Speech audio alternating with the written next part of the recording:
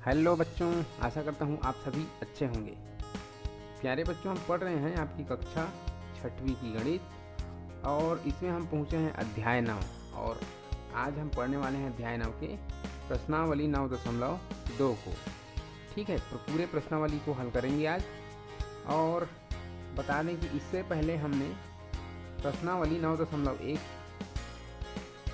को पढ़ा है। अगर आप इस वीडियो को नहीं देख पाए होंगे तो अभी जो वीडियो देख रहे हैं इस वीडियो के डिस्क्रिप्शन बॉक्स में मैंने लिंक दे दिया है, वहां से आप देख सकते हैं। ये 9.1 का पूरा वीडियो देख सकते हैं।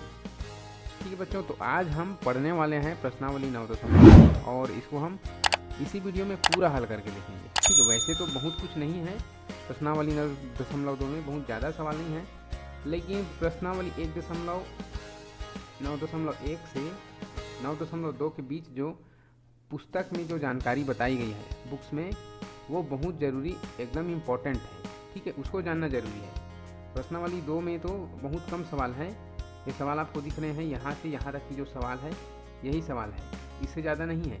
लेकिन इससे पहले जो बुक्स में जानकारी दी गई है वो बहुत इम्पोर्टेंट है। उन सभी को हम देखेंगे क्या क्या दी गई है, बारी बारी से हम देखेंगे। तो पहले देखिए, हम देखेंगे कि चतुर्भुज किसे कहते हैं, क्या है चतुर्भुज। ठीक है, उसके अंग देखेंगे, चतुर्भुज के अंग की चतुर्भुज में क्या क्या होते हैं, क्या क्या बोलते हैं उसे भाग को, उसको हम देखेंगे। फिर चतुर्भुज के संलग्न भुजा एवं सम्मुख भुजाएं कौन कौन सी होती है उसको जानेंगे। फिर चतुर्भुज के अंतः कोणों का योग कितना होता है उसको जानेंगे।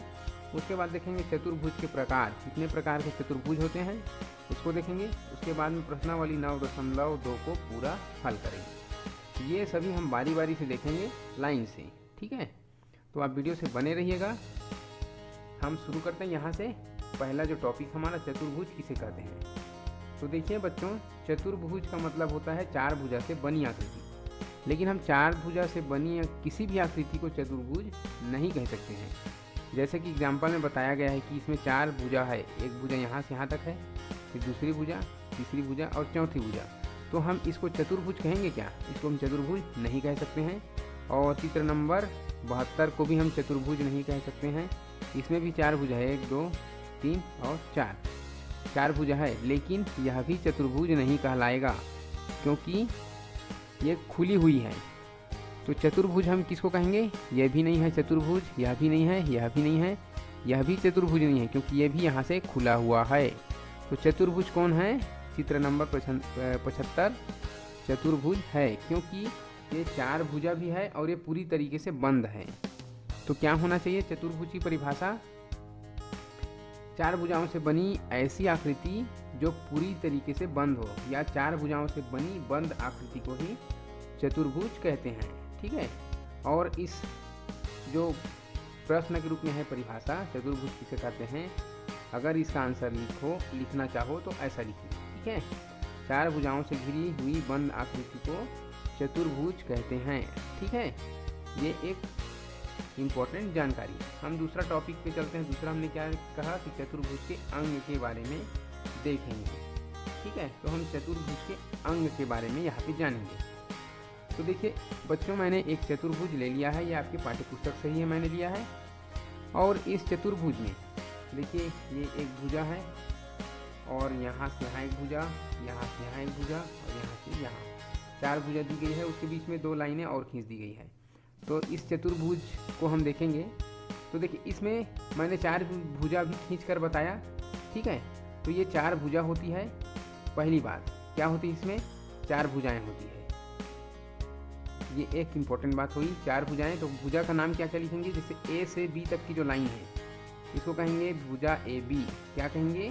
भुजा ए बी,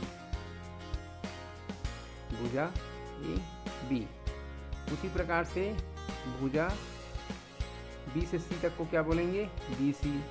फिर उसके बाद भुजा सी से डी तक की दूरी को सी डी, और भुजा डी से ए तक की दूरी को डी ए या ए डी भी लिख सकते हैं। ठीक, तो ये भुजा हो गई। चार भुजा होती है सभी चतुर्भुज में। और यहाँ पे देखिए, यहाँ से यहाँ तक की जो एक भुजा है और यहाँ से यहाँ तक की जो एक भुजा है, इसके बीच में एक पॉइंट बन रहा है, जुड़ रहा है। ठीक है, दोनों भुजाएं आपस में जुड़ रही है। इस जुड़ने वाली जगह को बोलते हैं शीर्ष। क्या बोलते हैं, शीर्ष। तो सभी देखिए चतुर्भुज में 4 जगह जुड़े हुए हैं, अर्थात 4 शीर्ष हैं। ठीक, 4 भुजा हो गए, 4 शीर्ष हो गए। तो जान लीजिए कि चतुर्भुज में 4 भुजाएं होती है और 4 शीर्ष होती है। ठीक, दूसरी बात, इसके अंदर जो कोण बनेंगे चतुर्भुज में, अगर हम इस लाइन की बात ना करें, ये जो दोनों लाइन को हटाएंगे तो सिर्फ चतुर्भुज होगा हमारे इसके अंदर में, और यहाँ पे 4 कोण बनेंगे चारों शीर्ष पर। तो चतुर्भुज के अंदर 4 अंतः कोण भी होंगे। ठीक, 4 अंतः कोण। देखिए क्या क्या होती है, 4 भुजाएं होती है, 4 शीर्ष होती है, 4 अंतः कोण होते हैं। और इसमें जो बीच की लाइन जो खींची गई है वो लाइनें क्या है उसको मैं अभी बता देता हूँ आपको। जैसे कि ये जो ए बी भुजा है, ठीक है, यह भी एक रेखाखंड है, और ये जो खींची गई है ए सी, यह भी एक रेखाखंड है, और ए से डी तक खींची गई है, यह भी एक रेखाखंड है। लेकिन ये शीर्ष से जो नीचे ए से डी तक जो शीर्ष खींची गई है, इसके आजू बाजू जो शीर्ष हैं उनको मिलाकर जो रेखाखंड खींची गई है, देखिए ए से बगल में है बी, ठीक है। तो ऐसे जो खींचे जाते हैं इनको आसन्न भुजा कहते हैं। क्या भुजा कहते हैं, आसन्न भुजा, ठीक है। और ए से सी तक आमने सामने खींची गई है, इसको कहते हैं सम्मुख भुजा, ठीक है। सॉरी, ए से सी तक खींची गई है, इसको कहते हैं विकर्ण। ठीक, क्या कहते हैं, विकर्ण। सम्मुख भुजा तो किसको कहेंगे, ए और बी, इसके सामने जो डी और सी है उसको बोलेंगे सम्मुख भुजा, ठीक है। ये जो बीच में खींची गई है, अलग से रेखाखंड खींची गई है, इसको कहा जाता है विकर्ण। क्या कहा जाता है, विकर्ण। तो आपको याद रखना है, मैं अच्छे से लिख दूं, विकर्ण, ठीक है। बीच में जो इस तरीके से खींचा जाता है आमने सामने शीर्ष को मिलाते हुए, उसको कहते हैं विकर्ण। और ये आसन्न भुजा हो गया, नीचे जो भुजा हम पढ़ रहे हैं वो आसन्न है, आसन्न भुजा।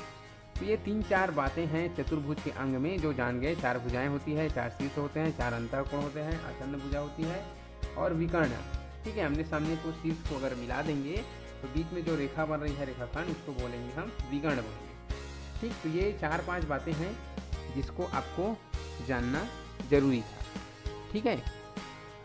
इसमें जो लिखी गई बातें हैं मैं थोड़ा सा आपको बता दूं, जानकारी दे दूं। तो यहाँ पे आप देख सकते हैं बच्चों, मैंने ये आपकी बुक्स में जो लिखा हुआ है उसको मैं बता रहा हूँ। क्या लिखा है, देखिए इसमें यह लिखा है कि उपरोक्त चित्र में निम्नांकित बातें बताई या दिखाई पड़ती है। ये जो चित्र है इसमें इसकी बात कर रहे हैं। A B B C C D व डी ए चतुर्भुज की 4 भुजाएं हैं, वही बातें जो मैंने बताई। 4 भुजा होती है, 2 भुजाएं जहाँ मिलती है वह बिंदु चतुर्भुज का, इसमें जो प्रिंट मिस्टेक है भीतर लिख दिया है, ये शीर्ष कहलाती है, ठीक है। 2 भुजाएं जहाँ पे मिलती है, जैसे कि ए बिंदु पर मिल रहे 2 भुजा, तो ए क्या बोलेंगे हम, शीर्ष ए, डी को क्या बोलेंगे, शीर्ष डी, ठीक है। इस प्रकार से शीर्ष कहलाता है। ए बी सी और डी चतुर्भुज के 4 शीर्ष हैं, 4 भुजा 4 शीर्ष हो गए। आसन्न शीर्षों को छोड़कर, आसन्न शीर्ष को किसको बोलते हैं, जो आसन्न भुजा हैं इनके साथ जो शीर्ष बने हुए हैं उनको हम आसन्न शीर्ष कहेंगे।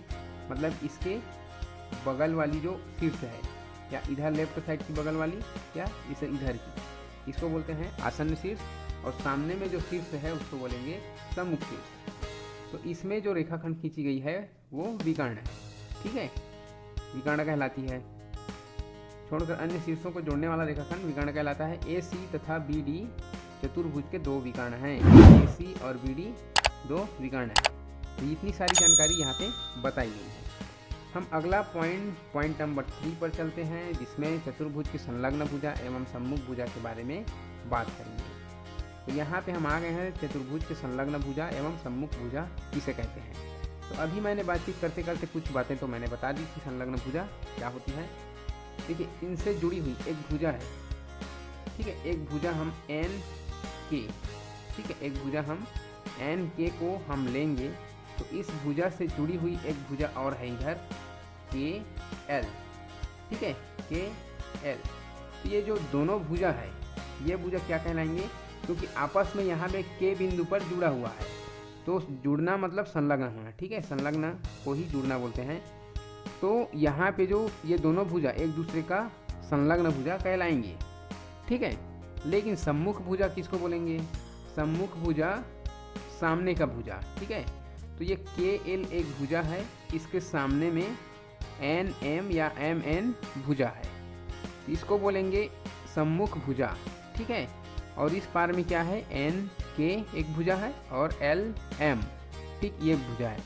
तो इसके सामने सम्मुख भुजा इसको कहेंगे, ठीक। मतलब ऊपर के जो NM है उसके सम्मुख भुजा KL है और NK के सम्मुख भुजा ML है, ठीक है। इस प्रकार से सम्मुख भुजा बता सकते हैं। और संलग्न भुजा तो मैंने पहले ही बता दिया कि इसमें जो इस भुजा के साथ जो जुड़ा हुआ है, संलग्न है, वो भुजा इसकी संलग्न भुजा कहलाएंगी, ठीक है। तो ये होती है संलग्न भुजा और सम्मुख भुजाएं। आपको अगर नहीं समझ आए, मैं बहुत धीरे से समझा रहा हूँ, अगर फिर भी नहीं समझ आए तो आप वीडियो को पीछे करके फिर से समझ सकते हैं। और ज़्यादा ही कंफ्यूज डाउट हो तो यहाँ पे स्क्रीनशॉट भेजिएगा कि इसमें कहीं पे नहीं समझ आएगा, तब की बात है। आगे देखते हैं, ये पॉइंट नंबर 3 हुआ। पॉइंट नंबर 4, चतुर्भुज के अंतःकोणों का योग। देखिए बच्चों, मैंने त्रिभुज आपको पढ़ाया है 9.1 वाले जो वीडियो है उसको देखना। तो त्रिभुज में त्रिभुज के अंतःकोणों का योग जब हम पढ़ते हैं तो उसमें जो 60-60 अंश का 3 कोण बना होता है, ठीक है। और 60-60 अंश के तीनों कोणों को जोड़ेंगे क्या होगा? 60 या 180। तो सभी त्रिभुज में, इसी त्रिभुज की बात नहीं कर रहा हूँ, सभी त्रिभुज जो है वो 180 अंश का ही कोण बनता है। त्रिभुज के तीनों कोणों का योग 180 अंश होता है। तो एक चतुर्भुज को आप देखिए, अगर इस चतुर्भुज में हम बीच में एक लाइन खींच देते हैं तो क्या होता है? ये 2 त्रिभुज बन जाता है। ऊपर एक त्रिभुज ऐसे बनता है ना, और नीचे एक त्रिभुज बनता है। तो ये 2 त्रिभुज बन जाते हैं, ठीक है। और जब 2 त्रिभुज बन जाते हैं तो एक त्रिभुज का तीनों कोणों का योग कितना होता है? 180 अंश। दूसरा भी 180 अंश होगा और दोनों को जब हम जोड़ देंगे ये हो गए 360 अंश, ठीक है। अर्थात हम कह सकते हैं कि चतुर्भुज के चारों अंतःकोणों का योगफल 360 अंश होता है, ठीक है। ये हम कह सकते हैं। अब अगला बात देखते हैं ना, ये 4था पॉइंट हो गया। इसके बाद 5वीं पॉइंट है हमारा चतुर्भुज के प्रकार, जिसमें आपके बुक्स में भी बहुत सारे विभिन्न प्रकार के चतुर्भुज बताए गए हैं। देखिए, ये सारे चतुर्भुज हैं जो आपके बुक्स में बताए गए हैं। सभी में 4 भुजाएं हैं और बंद आकृति है सभी के सभी। ये सभी चतुर्भुज हैं। अब इसमें अलग अलग प्रकार है जिसको हम बारी बारी से जानेंगे, ठीक। तो यहाँ पे पहला नंबर का जो है वो क्या है? समांतर चतुर्भुज, ठीक। अब इसमें पढ़िए कि इसमें क्या लिखा हुआ है, किसको बोलते हैं समांतर चतुर्भुज। तो इसमें वे चतुर्भुज जिनकी सम्मुख भुजाएं परस्पर समांतर एवं बराबर हो। तो देखिए, सम्मुख भुजा का मतलब होता है आमने सामने की भुजा। इस भुजा की सम्मुख भुजा ये वाला भुजा होगा और ऊपर वाले का सम्मुख भुजा नीचे वाला होगा, सामने वाला, ठीक है। सम्मुख भुजा का मतलब होता है सामने वाला भुजा। तो सामने वाला भुजा क्या हो? परस्पर समांतर होना चाहिए और बराबर होना चाहिए, तभी वो समांतर चतुर्भुज कहलाएंगे, ठीक है। तो समांतर कैसे? समांतर रेखा जानते हैं ना। समांतर रेखा में क्या होता है? यहाँ पे जिस पॉइंट पे अगर 1 सेंटीमीटर की दूरी है इन दोनों के बीच, तो हर जगह 1 सेंटीमीटर की दूरी रहना चाहिए, उसे कहते हैं समांतर रेखा। तो वही बात यहाँ पे भी है, इन 2 रेखा खंडों के बीच में जो दूरी है वो समान होना चाहिए, तभी हम कहेंगे उसको परस्पर समांतर। एवं बराबर का मतलब ये है कि ऊपर वाला 10 सेंटीमीटर है तो नीचे वाला भी 10 सेंटीमीटर की लंबाई का होना चाहिए, तभी वह चतुर्भुज समांतर चतुर्भुज कहलाएगा, ठीक है। तो इसमें जो सभी चित्र में जो जितने भी दिख रहे हैं ये भी सब समांतर है, ये भी समांतर है, ये भी समांतर चतुर्भुज है और यह भी समांतर चतुर्भुज है। चारों एग्जाम्पल है, ठीक है। इसके बाद आगे हम बढ़ते हैं और समांतर चतुर्भुज से आगे जब हम बढ़ते हैं कुछ चतुर्भुज के में अंतर हमको दिखाई देता है। जैसे कि यहाँ पे देखिए कुछ चतुर्भुज है, जैसे ऊपर वाला है 82-83 चित्र नंबर और नीचे वाला चतुर्भुज, इसमें कुछ अंतर है। ये बराबर दिख रहे हैं ऊपर वाले, तो वह समांतर चतुर्भुज जिसका प्रत्येक कोण 90 अंश का हो। तो यहाँ पे देखेंगे आप सभी कोण इसमें 90 अंश का है, ऊपर वाले दोनों चित्रों में 90 अंश के कोण है, तो ये आयत कहलाते हैं। इस प्रकार से जब चतुर्भुज हो जहाँ पे उसके सभी कोण 90 अंश का हो, ठीक है, तो वो आयत कहलाएंगे, मतलब ये दोनों चतुर्भुज आयत है। लेकिन नीचे वाले चतुर्भुज में आप स्केल चांदे रख के नाप सकते हैं कि जो सभी कोण है वो 90 अंश के नहीं हैं, कोई 100 अंश का है, कोई 80 अंश का है, नीचे भी एक 100 अंश का होगा और ये 80 अंश का होगा। इस प्रकार से ये इसके चारों कोण अलग अलग है, ठीक है। तो इस प्रकार के जो चतुर्भुज होते हैं उसको हम आयत ये नहीं कह सकते, ये आयत नहीं है, यह भी आयत नहीं है, ठीक है। प्रत्येक कोण क्या होना चाहिए, 90 अंश का होना चाहिए, तभी वो आयत होगा। समांतर चतुर्भुज तो है, ये चारों के चारों है, नीचे वाले भी समांतर चतुर्भुज है, लेकिन समांतर चतुर्भुज होने के साथ साथ प्रत्येक कोण 90 अंश का भी होना चाहिए, तभी हम उसको आयत कहेंगे, ठीक। तो ये नीचे वाले आयत नहीं है, ऊपर वाले दोनों आयत हैं, ठीक है। अब हम ये दो प्रकार पढ़ लिए, ठीक। चतुर्भुज के दो प्रकार, एक प्रकार समांतर चतुर्भुज, दूसरा आयत, ठीक है। आयत किसे कहेंगे। तीसरी बात, वह समांतर चतुर्भुज जिसकी प्रत्येक भुजा की लंबाई बराबर हो सम चतुर्भुज कहलाता है। तो देखिए यहाँ पे मैंने दो चतुर्भुज लेके रखा है पहले से, और इसमें सभी भुजाएं एक समान है। ऊपर वाला भी 5 सेंटीमीटर, नीचे वाला भी 5 सेंटीमीटर है, लेफ्ट साइड की भुजा भी 5 सेंटीमीटर और राइट साइड की भुजा भी 5 सेंटीमीटर। तो ये सभी भुजा प्रत्येक भुजा की लंबाई बराबर हो तब हम उसे क्या कहते हैं, सम चतुर्भुज कहते हैं या सम चतुर्भुज कहलाता है। ये वाले भी चित्र भी सम चतुर्भुज है और ये वाले भी चित्र सम चतुर्भुज है।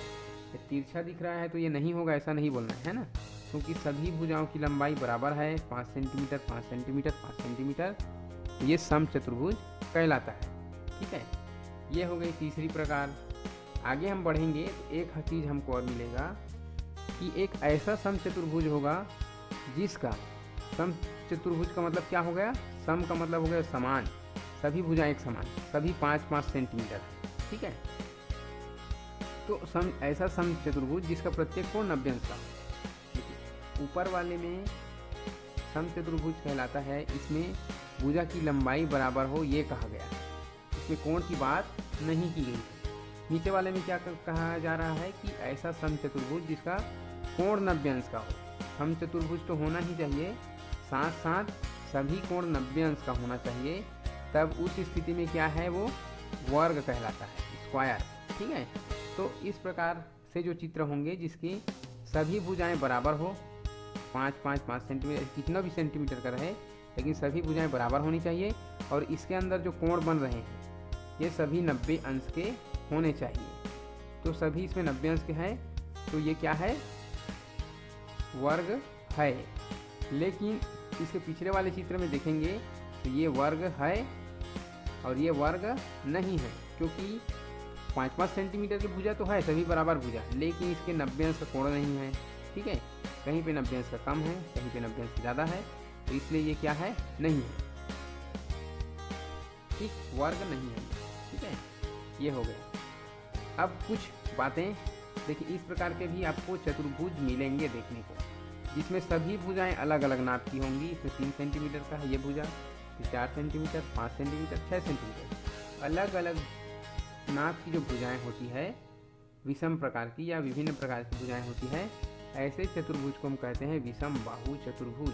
क्या कहते हैं, विषम बाहु चतुर्भुज कहते हैं। और इसमें जो एक जो भुजा की युग्म होती है, इसमें कहा गया कि चतुर्भुजों की सम्मुख भुजाओं का एक युग्म अगर समांतर है तो ऐसे स्थिति में चतुर्भुज समलंब चतुर्भुज कहलाते हैं, समलंब, ठीक है।